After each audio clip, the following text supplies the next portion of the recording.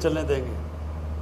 और ये ही जनरल मुशर्रफ ने सबसे बड़ी जो जुल्म किया इस मुल्क पे, एक तो आइन तोड़ा, लेकिन जो सबसे बड़ा जुल्म किया एनआरओ दे दिए ताकतवर को। पैसा तो जनरल मुशर्रफ का नहीं था, पैसा तो कौम को चोरी हुआ था। उसके पास तो राइट ही नहीं था कि उनको कहे जी नहीं हमने आपको माफ कर दिया। और मैं चीफ जस्टिस साहब आपके साथ 2007 में उस तहरीक में शामिल इसलिए था कि ये हमारा नज़रिया था। मैं तो पहले दिन से कह रहा था, 25 साल पहले कह रहा था कि मुल्क तो सिर्फ तब आगे बढ़ेगा जिस मुल्क में आज़ाद अदालतें आएँ। और जब इतनी वो स्ट्रगल थी, और वो एपिक स्ट्रगल थी, क्योंकि हमने, मुझे बड़ा फ़ख्र है कि हम उस स्ट्रगल में हमने शिरकत की, और जो वकला ने कुर्बानियाँ दी और जिस तरह वो सामने आया, वो बड़ी ज़बरदस्त स्ट्रगल थी। वो एक डेमोक्रेटिक स्ट्रगल थी, वो in fact struggle rule of law की थी। एक मिलिट्री डिक्टेटर को कह रहे थे कि आप ये नहीं कर सकते कि जज को, चीफ जस्टिस को इस तरह आप उसको हटा नहीं सकते। लेकिन मुझे बड़े अफसोस से कहना पड़ता है कि जो उस स्ट्रगल की नतीजे में जो रिजल्ट्स आने चाहिए थे, वो मुझे अफसोस से कहना पड़ता है वो नहीं आए। और वो एक और कहानी है कि वो जिधर वो उसने जाना चाहिए था वो नहीं गई। लेकिन जो रूल ऑफ लॉ, जो कानून की, जो इंसाफ की स्ट्रगल है, वो एक ऑनगोइंग स्ट्रगल है। वो मुसलसल एक माशरा उसकी स्ट्रगल करता है। और यही जो माशरा ये इस्टेब्लिश कर लेता है कानून की बालादस्ती, वही माशरा खुशहाल होता है। जब रियासत मदीना और मैं, हमने फैसला किया कि हमारे बच्चे 8, 9 और 10 क्लासेस के अंदर पूरी सीरत नबी पढ़ेंगे, हम उनको इसलिए पढ़ाना चाहते हैं कि ये तारीख़ में ये जो फिनोमेना था इसको स्टडी किया जाए, बच्चों को भी पता हो, तारीख़ का पता हो कि ये कोई ग्रीक मिथोलॉजी नहीं है, ये तारीख़ का हिस्सा है कि कैसे एक कौम ट्रांसफॉर्म होती है। वो क्या कैरेक्टर था जो इंसानों के कैरेक्टर बदल दिए उन्होंने, और फिर वो क्या प्रिंसिपल्स के ऊपर वो कौम खड़ी हुई थी।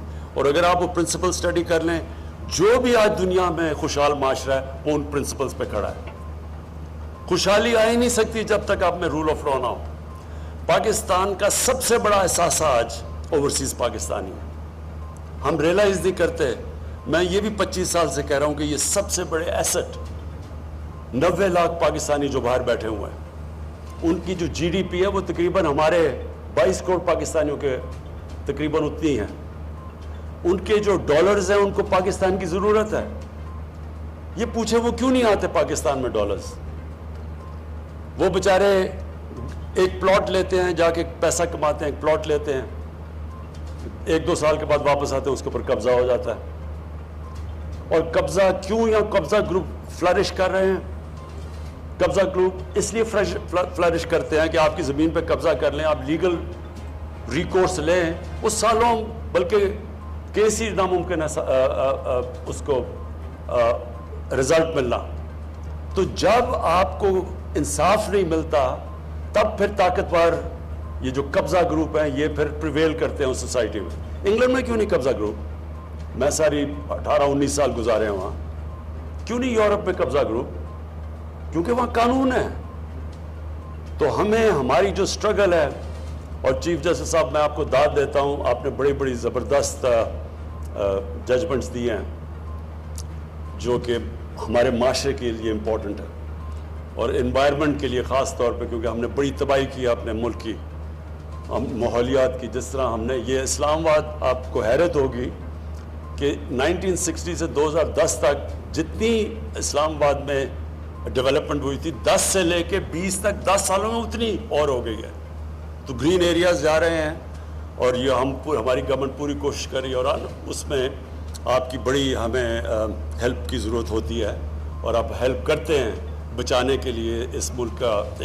ये जो एक मॉडल सिटी बनी थी जिसमें ग्रीन एरियाज़ रखे गए थे, और अब तो मुल्क की, हमारी आने वाली जनरेशन्स की ज़रूरत है कि हम उनको पोल्यूशन से बचाएं, और ये जो क्लाइमेट चेंज के इफ़ेक्ट्स हैं उससे बचाएं।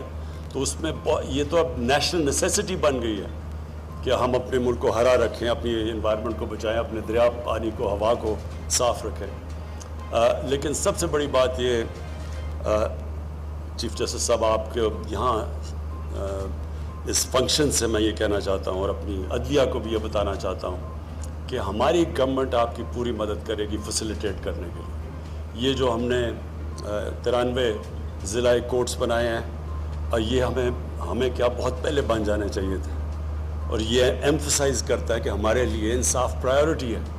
और इंसाफ चाहिए होता है कमज़ोर को, ताकतवर चाहता नहीं है इंसाफ, वो ऊपर रहता है कानून के। कमज़ोर को प्रोटेक्शन चाहिए होती है ताकतवर से। इसलिए ये जो आम आदमी को अगर आपने ऊपर उठाना है तो वो सिर्फ जब ह्यूमन डेवलपमेंट का हिस्सा सिर्फ ये नहीं कि आप उसको तालीम दें और उसको सेहत दें, उसको इंसाफ भी देना ज़रूरी होता है।